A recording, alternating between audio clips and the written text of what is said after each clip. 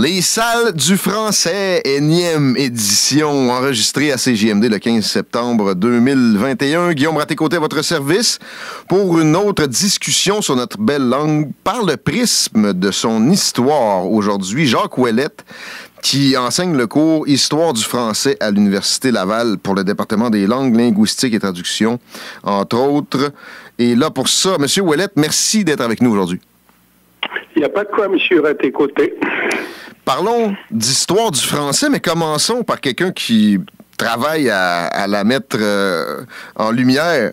Vous-même, un peu d'histoire de votre parcours. Ça vient d'où un intérêt si précis, si particulier pour cette langue?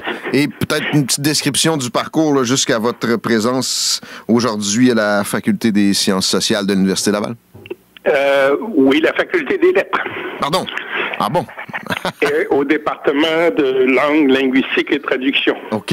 Alors, écoutez,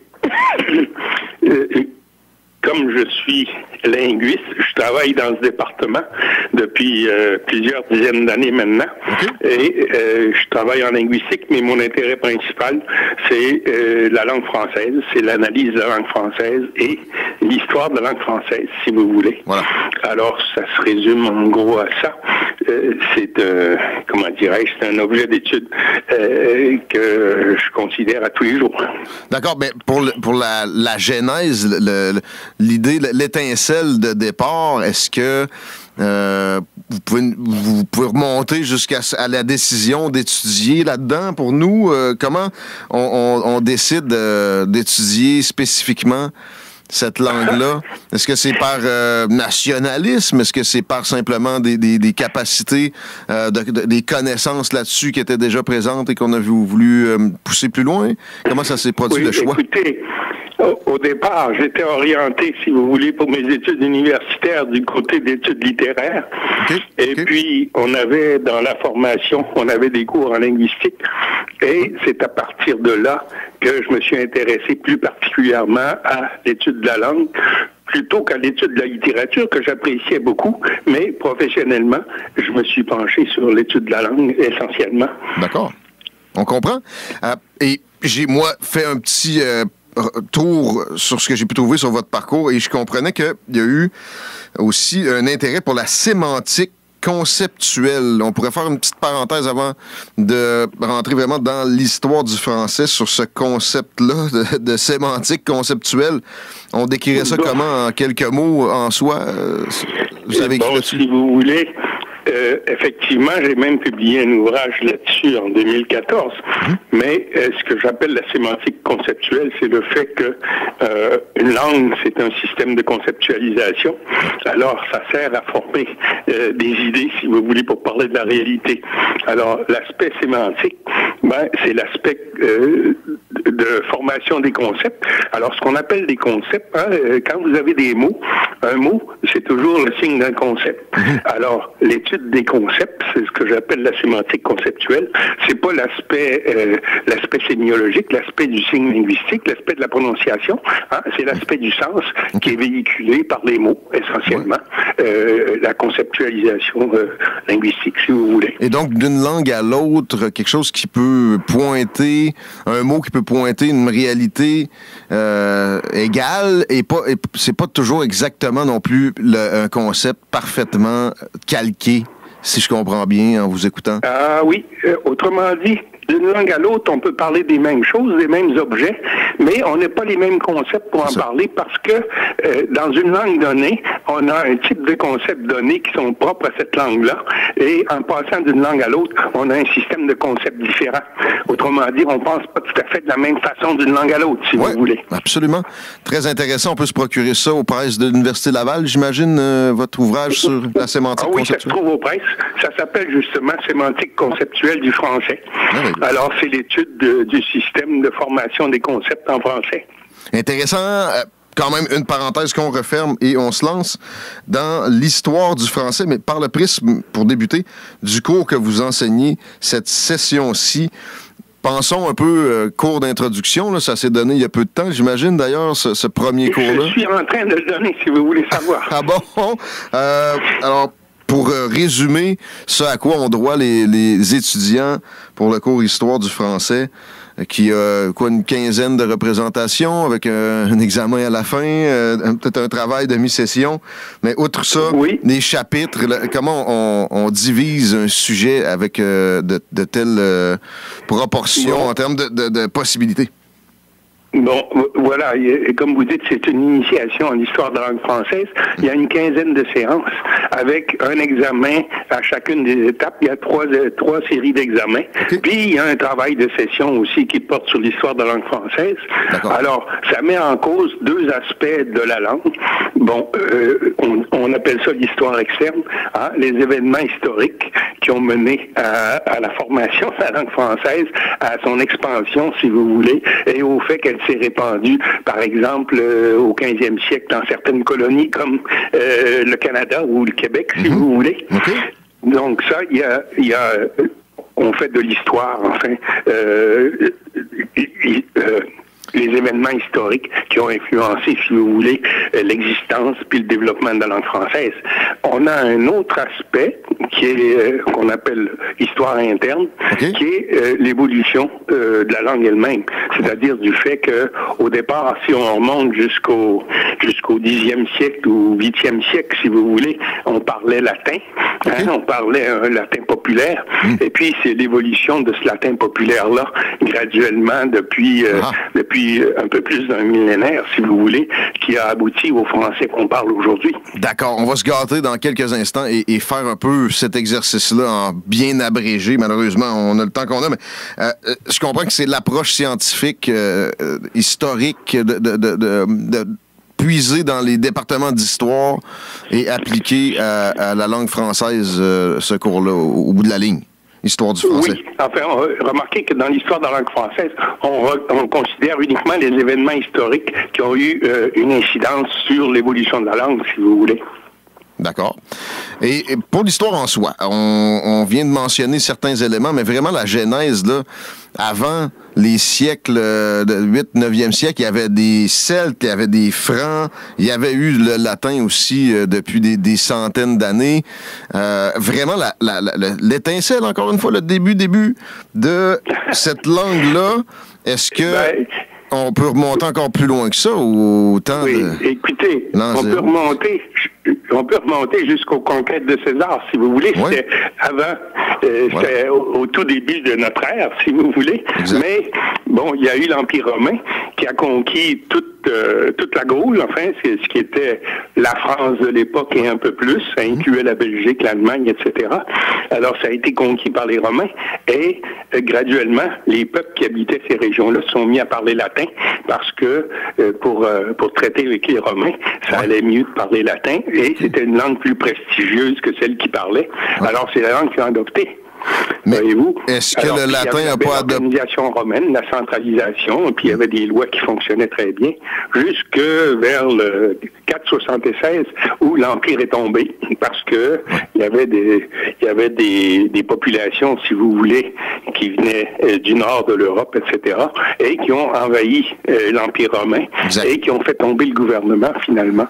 Ça avait fait une guerre. Des langues germaniques, effectivement. C'est ça, ça avait fait une influence considérable sur le latin qu'on parlait à l'époque. Ah, d'accord. Et c'est ça que je voulais mettre en exergue, montrer que il y a eu, oui, beaucoup d'influence latine depuis Rome vers l'extérieur, mais également en faisant, pendant cet exercice-là, entre guillemets, il y a eu aussi de l'acquisition, le latin en a pris de ces cultures nouvelles, externes ou conquises là, et ça a pu commencer même avec les Francs ou les Gaulois, qui c'était plus celtique à l'époque. Est-ce que ça, on peut s'imaginer que dès l'époque de Jules César, il y avait un échange entre les Francis, je pense qu'on a pu appeler aussi là. C'était les Gaulois à l'époque qui occupaient la France actuelle, si vous voulez, et c'est les Gaulois qui ont été conquis par César. Mais les gens qui ont envahi par la suite, c'était des gens de langue germanique, qui parlaient des langues germaniques, et c'est ces gens-là qui ont eu le plus d'influence sur l'évolution du français, beaucoup plus, parce que le latin a évolué aussi pour donner, comme vous savez, l'espagnol, puis l'italien, et puis le roumain, mais la langue qui s'est distinguée le plus du latin, c'est le français, parce que l'influence germanique a été plus considérable sur le français. Est-ce que si je qualifie le français de cette époque-là, en tout cas, d'espèce de zone tampon entre l'allemand et le latin, je suis très loin de la réalité? C'était un peu ce qui est arrivé. Si vous voulez le voir comme ça, le français est devenu une langue tampon entre le latin et puis l'allemand. Le fond essentiel est latin, mais l'influence germanique est considérable. Et aussi, quand on voit des similarités avec l'anglais, qui est une langue plus germanique, est-ce que c'est justement par cette proximité avec l'allemand-là c'est ça à quoi on doit cette réalité-là? De proximité avec l'anglais, du français? C'est-à-dire que l'anglais est une langue germanique qui est restée une langue germanique, qui a été influencée beaucoup par le français, historiquement, parce que, je ne sais pas si vous vous rappelez, en 1066, il y a Guillaume le Conquérant qui a conquis l'Angleterre, et l'Angleterre a été administrée en français pendant 3 siècles à peu près, à cette époque-là. C'est pour ça qu'on parle encore français à la cour d'Angleterre. Mais en Angleterre, bien sûr, c'est la langue germanique, la langue saxonne qui a dominé finalement. Voilà, et il y a eu des échanges aussi de rois, là, des Anglais qui ont régné sur la France. Il y a ce mélange-là, mais on comprend que c'est plus profond et que le côté saxon, avec cette proximité des Français, des Allemands à l'époque romaine, ça a joué beaucoup. C'est très intéressant. Je pense qu'il y a pas beaucoup de nos auditeurs qui étaient au courant de cette réalité-là. C'est ce que je voulais dégager, justement. Et quand on parle du français de Guillaume le Conquérant, il y a 1000 ans de ça, parlons de la réalité de ce à quoi ça ressemblait, parce que c'est là que ça s'est plus cristallisé, ou un petit peu avant, là, mais ça demeure que c'est pas le français de 2021, assez loin de là quand même.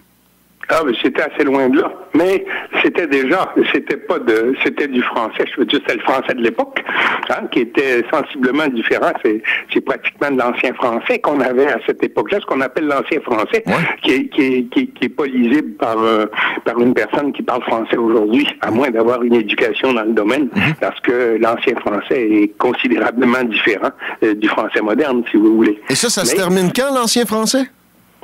Oh, l'ancien français, ça se termine à peu près vers le 14e siècle, si vous voulez. OK. On a ensuite le moyen français, le français classique, et puis le français moderne, celui qu'on connaît encore très bien aujourd'hui. D'accord. On revient à l'ancien français et les vrais débuts de cette langue-là. Est-ce qu'il y avait une entité qui était plus susceptible qu'une autre de normer la chose, parce que sinon, ça peut donner des très grandes divergences au point où peut-être on peut même plus appeler ça une langue commune. C'était la royauté peut-être qui jouait ce rôle-là, justement? Oui, la royauté a joué ce rôle-là. Écoutez, historiquement, à une certaine époque, à l'époque du 10e siècle ou quelque chose comme ça, la France était un peu séparée en deux. Alors, il y avait des gens qui parlaient dans le sud encore ce qu'on appelle la langue d'oc, qui était une langue qui était encore très proche du latin. Et puis, il y avait les gens de la langue d'oïl dans le nord qui parlaient déjà un français qui était très différent, qui avait subi, lui, l'influence germanique. Alors, on avait, à l'époque, 2 sortes de dialectes en France, si vous voulez. Les dialectes d'ancien français, puis les dialectes du français de Languedoc, du français provençal, si vous voulez, dans le sud. Mais, historiquement, effectivement, c'est les rois de France qui géraient la Gaule à l'époque, ben, c'était des rois du Nord, finalement, qui ont prédominé et qui ont conquis le Sud et qui ont imposé, finalement, dans l'administration, dans le Sud, la langue du Nord. Et c'est la langue du Nord qui a prédominé, finalement, en France et puis chez nous, si vous voulez. Puis c'était à cause d'une domination temporelle, carrément, du Nord sur le Sud, simplement, que ça s'est produit comme ça. Enfin, il y a toutes sortes d'événements historiques qui sont arrivés. Au départ, il y avait des royaumes qui étaient plutôt restreints, mais il y a des rois, les rois francs en particulier, qui ont recréé, si vous voulez, une sorte d'empire qui s'est étendu graduellement jusqu'au 15e siècle, au 16e siècle, si vous voulez, et qui a fait que finalement, il y a un dialecte qui a prédominé, si vous voulez, qui était celui qui était parlé, bien sûr, par la cour ou le roi de France, qui faisait l'administration, donc qui était en situation d'imposer, au moins dans l'administration, d'imposer son dialecte, si vous voulez, qui est devenu la langue française. Le premier moment où ça a été délégué, est-ce que je me trompe de dire que c'est avec le cardinal de Richelieu quand il y a eu la création de l'Académie française? Parce qu'aujourd'hui, en tout cas... C'est au 17e siècle que vous avez eu la création de l'Académie française. Exact. Mais déjà, si je me...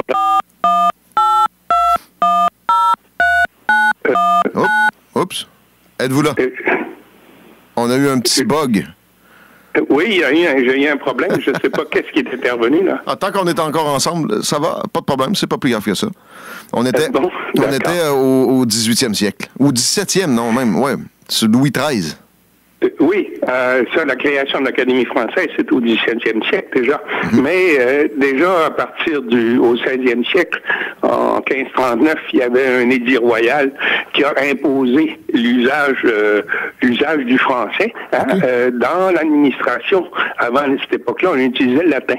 Oui. Mais à partir de cet édit royal-là, on a imposé le français dans l'administration, de telle sorte que les gens puissent comprendre, si vous voulez, les lois et les choses comme ça. Et puis, on a graduellement, ça s'est imposé à toute la France, si vous voulez. Sur le tard, quand même, et parallèlement, le latin, à votre connaissance, c'est une langue morte absolument, complètement aujourd'hui. Même l'Église l'utilise plus, mais... l'Église l'utilise encore, faites bien attention.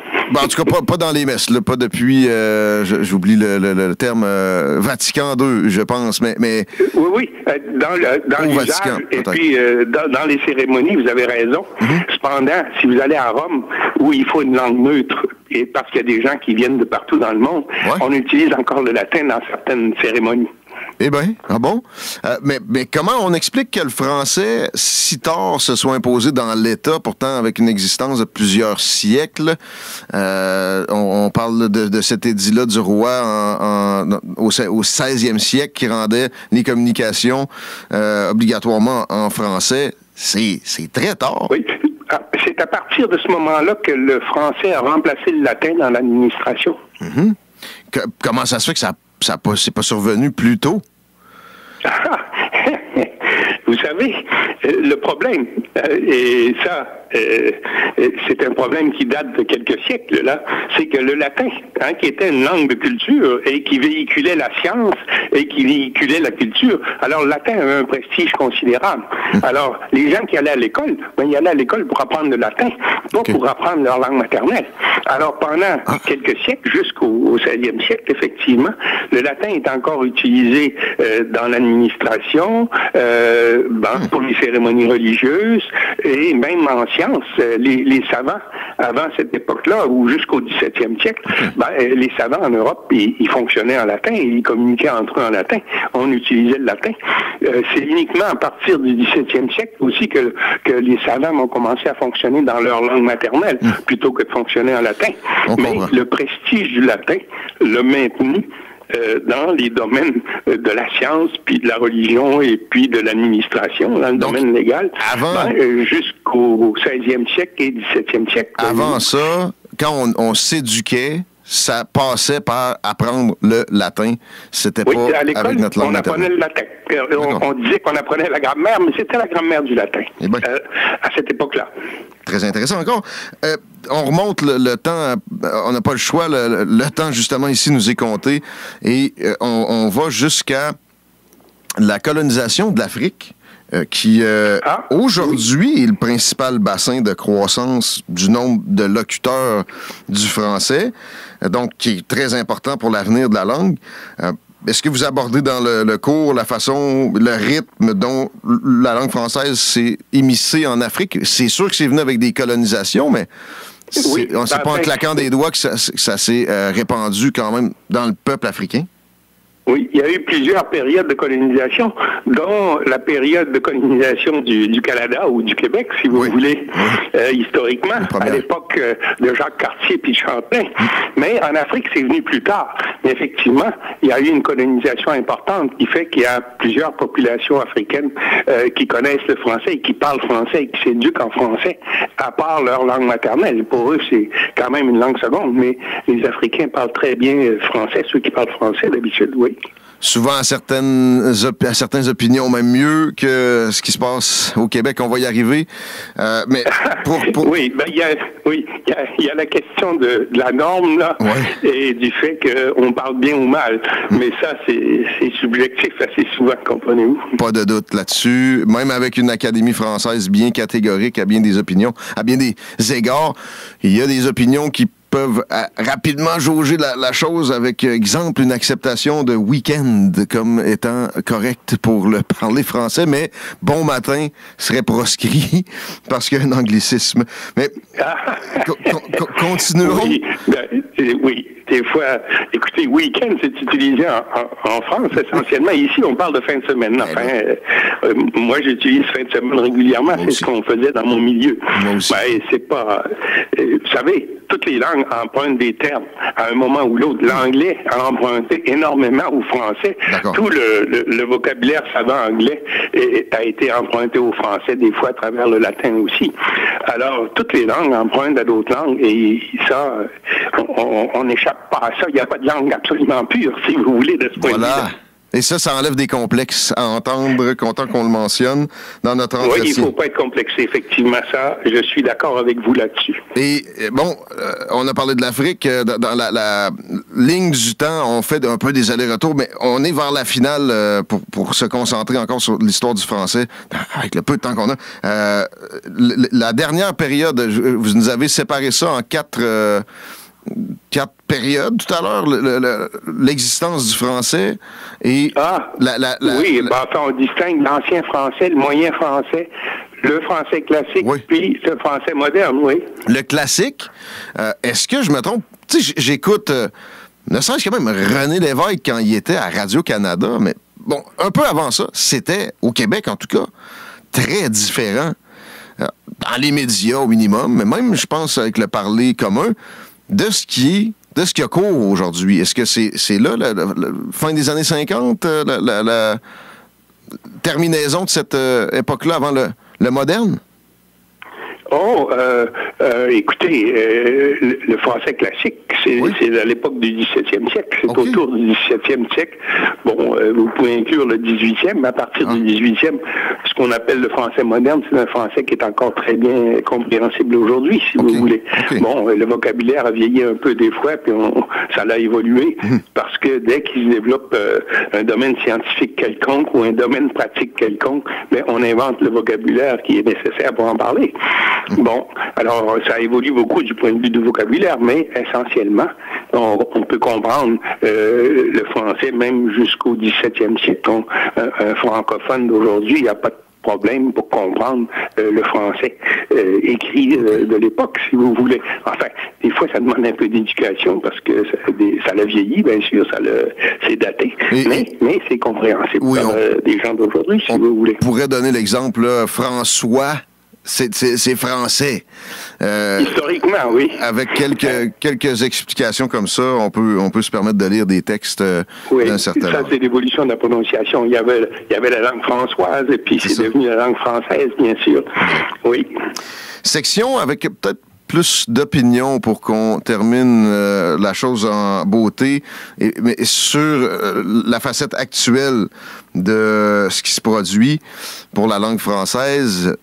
pas juste au Québec, hors Québec, dans le monde, votre inquiétude sur l'existence de la langue française, à quel point c'est saillant à votre esprit. On passera au Québec particulièrement ensuite.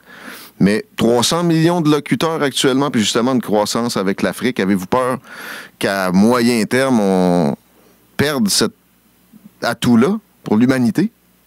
Enfin, si vous posez le problème à l'échelle de la planète, avec le nombre de locuteurs qu'on a, je suis pas inquiet d'une certaine manière pour l'avenir de la langue française. D'autant plus que la langue française, elle a quand même un prestige considérable parce que c'est une langue de culture et que la culture française est reconnue. Bon, dans un milieu comme le nôtre, des fois, là, il y a concurrence, si vous voulez, avec l'anglais. Ouais. Et puis, il faut défendre notre point de vue si on veut continuer à parler la langue. C'est normal qu'on défende l'usage de la langue dans notre milieu, si vous voulez. D'accord. Alors, pour qu'on puisse fonctionner normalement en français et pas être réduit à être obligé de parler une autre langue pour différentes raisons, si vous voulez. Pour le Québec, j'entends que vous avez évidemment plus d'inquiétude et je vous demanderais de pouvoir peut-être nous présenter ce que vous, quelqu'un comme vous qui a tellement la langue à cœur, qui enseigne le cours sur son histoire, vous prôneriez comme priorité à mettre en place ou en tout cas à continuer à avoir comme mesure pour qu'on préserve notre langue au Québec le plus longtemps possible? Oui. Ben, écoutez, je regarde une chose qui me rassure d'une certaine manière, c'est qu'on a quand même un gouvernement qui a à cœur de défendre l'usage de la langue française, ce qui est absolument normal, je trouve. Et puis, c'est une orientation, je pense, qui est la bonne. Hein? Et si on veut que le français continue de se parler au Canada, puis d'être l'une des langues officielles, ben il faut que les gens, non seulement au Québec, mais aussi au Nouveau-Brunswick et d'autres minorités, qui puissent continuer à fonctionner en français. Hein? Autrement dit, d'une certaine façon, les anglophones au Québec fonctionnent très bien en anglais. Ouais. Ils ont l'espace voulu pour ça. Ben, on désire que les francophones à l'extérieur du Québec aient le même espace et la même reconnaissance pour être capables de fonctionner en français. Eux aussi, voyez-vous. Intéressant.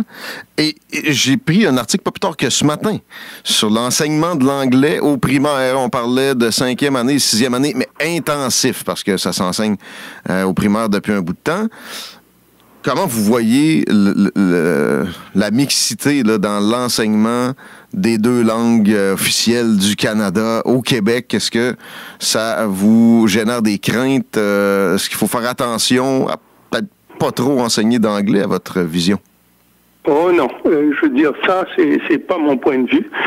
C'est une bonne chose que les jeunes apprennent l'anglais. Des fois, dès le primaire. Une langue, ça s'apprend très bien. Ça s'apprend très bien quand on est plus jeune. À mesure qu'on vieillit, c'est plus difficile parce qu'on a des habitudes bien ancrées.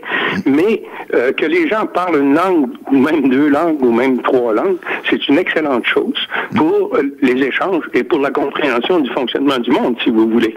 Alors, c'est pas le fait qu'on enseigne l'anglais à l'école qui va faire que le français va disparaître. C'est que si on peut pas fonctionner normalement en français dans notre société, ça, c'est dangereux pour l'avenir du français. Mais qu'on apprenne l'anglais à l'école, de mon point de vue, ça pose pas de problème en soi. Seriez-vous favorable à une décomplexification de l'orthographe, de la grammaire du français en terminant? Parce que de ce que je comprends, vous avez un problème qui existe depuis longtemps en français et qui se perpétue. Alors, vous savez, il y a trop de spécialistes dans ce domaine-là. Tout le monde veut dire son mot et ça fait qu'on s'entend pas sur la modification de l'orthographe. Il y a des spécialistes qui proposent des choses, mais qui sont pas adoptées parce que des gens s'opposent à ça. Alors, on a beaucoup de difficultés, si vous voulez, à faire un consensus là-dessus. Ça, c'est un problème de la langue française et aussi de l'histoire de la langue française.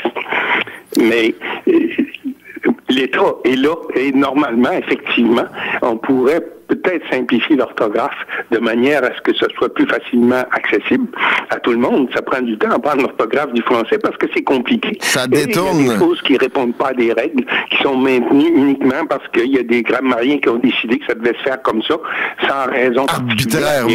Arbitrairement. Alors, c'est compliqué et ça devrait être simplifié dans une certaine mesure. Mais faire un consensus là-dessus, c'est un problème. L'Académie française même est pas capable, après des siècles d'existence. On a plus des siècles, on a quelques secondes ensemble pour terminer. Jacques Ouellette, grand merci. Je pense bien qu'on a fait réfléchir nos auditeurs, on leur a appris des choses. Et si on veut pousser davantage ces connaissances-là, on peut s'inscrire au cours Histoire de la langue française. Je pense que pour la session... plaisir d'accueillir ceux qui sont intéressés. La session actuelle est trop tard, mais ça se donne à l'hiver et à l'automne, je crois bien. Une fois par année, normalement. Et actuellement, c'est à l'automne. Ça s'est déjà donné 2 fois, mais actuellement, c'est 1 fois à l'automne. Bon, on invite les gens à aller faire un tour sur le site de l'Université Laval. Et encore une fois, pour terminer, un grand merci, Jacques Ouellette. Ça a été un plaisir. C'est moi qui vous remercie, M. Raté-Côté. À la prochaine. Merci beaucoup. Au revoir.